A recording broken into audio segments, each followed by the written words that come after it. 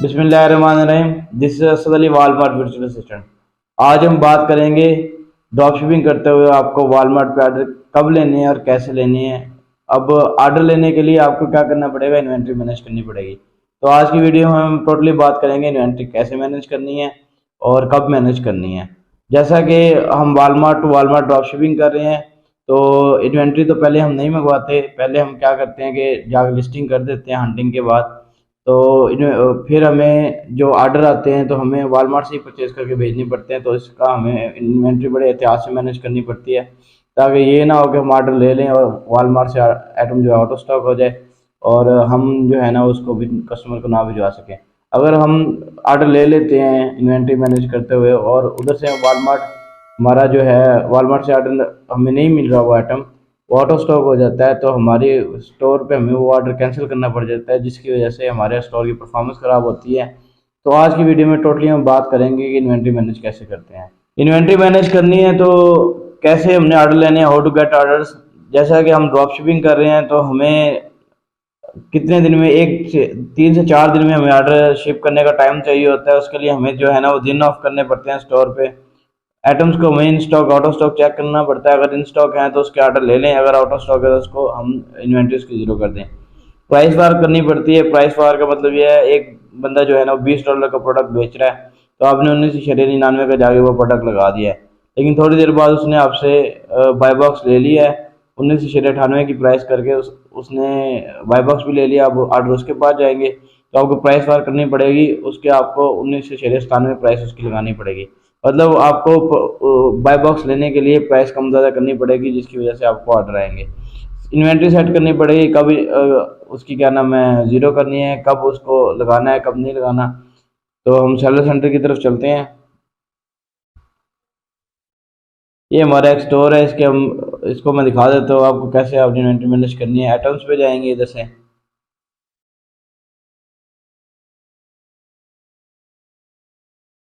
जैसा कि ये हमारे पास आइटम है, इसको हम देख लेते हैं। अब ये प्रोडक्ट जो है वो 19.57 में एक सेलर जो है ना वो बेच रहा है। तो हम पहले तो देख लेते हैं हमारे, हम भी इसके ऊपर सेल कर रहे हैं। कंपेयर सेलर में जाएं तो हमारा जो स्टोर है वो नीचे शो हो रहा है, हम 1960 में बेच रहे हैं और ये जो दूसरा सेलर है वो 1957 में बेच रहा है। मतलब इस बाय बॉक्स इसने हमसे लिया हुआ है। इन्वेंट्री अगर हम इसकी प्राइस कम नहीं करेंगे, बाय बॉक्स इससे नहीं लेंगे, तो हमारे पास ऑर्डर नहीं आएगा। सबसे पहले तो हम देखते हैं इन स्टॉक है कि आउट ऑफ स्टॉक है। जैसा कि आइटम लिस्ट करते हुए SKU आप डालते हैं, हमने SKU क्या डाले हुए हैं, वही जो जहाँ से हम परचेजिंग कर रहे हैं वही SKU हमने डाले हुए हैं। तो पहले चेक कर लेते हैं कि वो आइटम, ये वाला आइटम जहाँ से हम परचेज कर रहे हैं इन स्टॉक भी है कि नहीं। आइटम आईडी हम सर्च करते हैं तो ये हमें पता चल जाता है कि ये वाला आइटम है।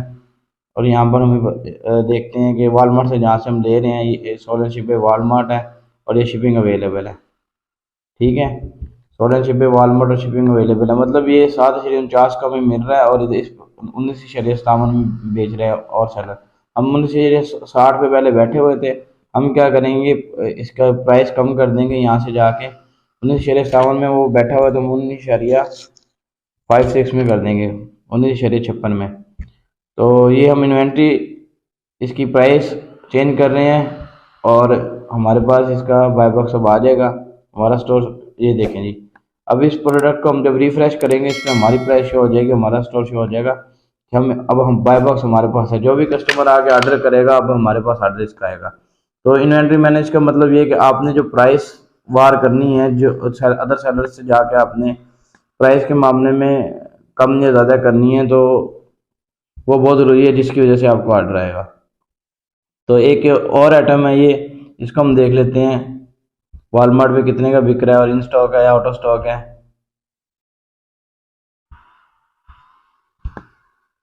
तो ये 25.52 में बिक रहा है, तो हम चेक कर लेते हैं कि इन स्टॉक है कि नहीं।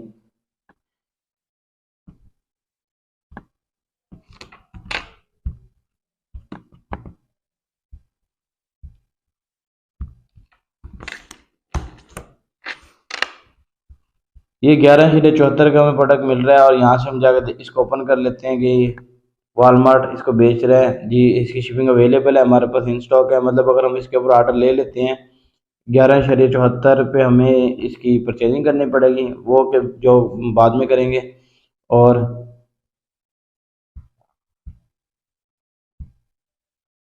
जहाँ से हम इसको जहाँ पर सेल करें वहाँ 25.52 है। तो अब यहाँ पर हमने इन्वेंट्री इसकी ज़ीरो की हुई थी, अब इसका मतलब इन स्टॉक है, ये हम इसकी इन्वेंट्री लगा देंगे और इसकी प्राइस भी एडजस्ट कर देंगे। पहले इसकी इन्वेंट्री लगाएंगे। अब जैसा कि हम प्रोडक्ट हंट करते हैं तो हमें पता नहीं होता कि आइटम में कितने दिन इन स्टॉक रहता है और कितने दिन आउट ऑफ स्टॉक रहता है। तो हम क्या करते हैं 5, 6, 3 या 4 इन्वेंट्री लगाते हैं ताकि हमें आइडिया हो जाए, इस आइटम का पता चल जाए कितने दिन इन स्टॉक रहता है और कितने दिन आउट ऑफ स्टॉक रहता है।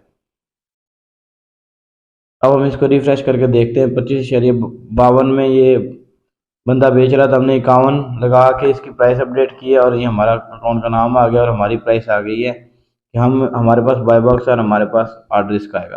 तो बेसिकली हम इन्वेंट्री मैनेज कर रहे हैं, इसमें प्राइस कम या ज़्यादा कर रहे हैं, बाय बॉक्स विन कर रहे हैं और इन्वेंट्री को कभी ज़ीरो कर रहे हैं, कभी इन्वेंट्री लगा रहे हैं। अगर हम इन्वेंट्री मैनेज करते रहेंगे सीधा तभी हमारे पास ऑर्डर आएंगे। अगर हमने प्रोडक्ट हंट करके लिस्ट कर दिए, जैसे उसकी प्राइस सेट कर दी, हमारे पास ऑर्डर नहीं आएंगे, क्योंकि हम ड्रॉप शिपिंग कर रहे हैं, हमारे साथ और भी ड्रॉप शिपिंग कर रहे हैं लोग जो वॉलमार्ट से लेकर वॉलमार्ट पे ही सेल कर रहे हैं। तो अब हमारे पास तो इन्वेंट्री नहीं है, इन्वेंट्री हमने बाद में ऑर्डर करनी होती है। मतलब कस्टमर जो हमें ऑर्डर करता है हम उस कस्टमर को परचेज करके भेजते हैं, तो हमने देखना होता है कि जब हम तब ऑर्डर लें जब इन्वेंट्री इन स्टॉक हो। Thank you.